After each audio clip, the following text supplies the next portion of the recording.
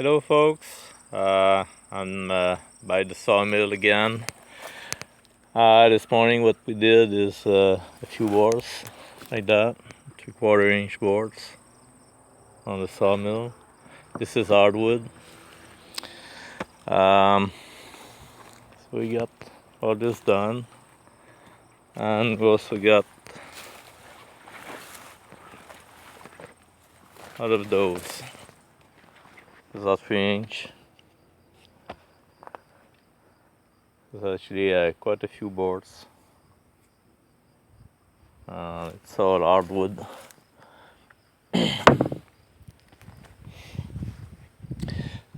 What I want to talk about today is a bit about changing my blades.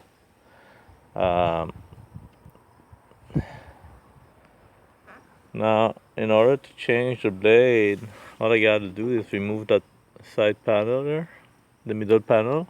So I only got 2 nuts. I remove this, and I have to remove the tension on the blade with those two bolts here, and then it comes out. And like I said on the previous video, I don't have to be worried too much about the tracking.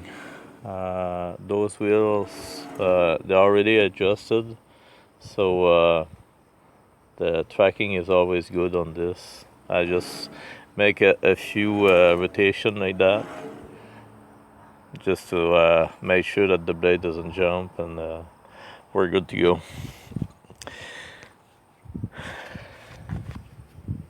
So this morning, this is actually very hard to cut, and I actually got this belt here slipping a little bit this morning, so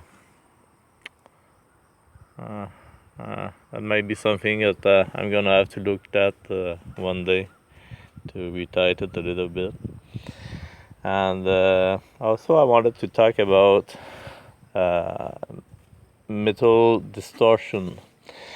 If you ever plan to build one of those, something that you have to consider is that every time you weld something, the metal will flex like that when it gets cold. And if you can see, like, my beam here is not 100% straight, and that's why we have to use those shims there, okay, to adjust the bearing, so you can compensate for that. And same thing that when I first welded, this angular on the back was a bit higher than this one, so I had to take the torch, reheat it, and lower it a bit so it can be square with this one. And if you look at it, this side is actually like maybe 3/8 of an inch higher than the other side. So in order to compensate for that, I also had to use shim. So there's more shim on this side and on the other side. And it's important that when you start cutting your wood, that the blade be completely parallel with your beam here. Okay, everything has to be level. So there's 2 ways to adjust that. Is either you adjust it with your casters first, and then you have to readjust your rollers. Okay, so it can be completely equal with the beam here. So I had a few things like that to think about when I first constructed my sawmill.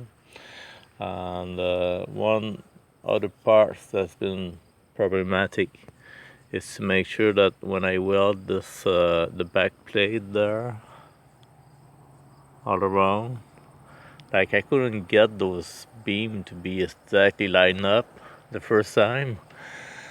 and I would do everything I could to keep those beams straight. And every time I had to weld on it, it would twist, and it just drives me crazy sometimes. So don't be surprised that sometimes you have to redo things like 2 or 3 times. And this is what happened with that tower, like the rear beams. I had to re-weld that like twice, and I also had to redo the sparter, the edge on this. Like I did it 3 times as well. So, and even now, like the center post there is is slightly bent because I had to read that, and because when it cooled down, when I actually welded that bar, it kind of tilts back a little bit, and I couldn't get the same measurement between the upper side and the lower side. So therefore I couldn't get the head to go up and down smoothly. So what I end up doing is heating the middle and twist it a little bit so that it can be straight and it can be functioning right. So if you ever plan to build one of those, this is the thing that you have to come up with. You have to cope with. It's that you're gonna have to redo things a couple of times sometimes, but it's all worth it at the end. So thank you very much for listening, and see you later.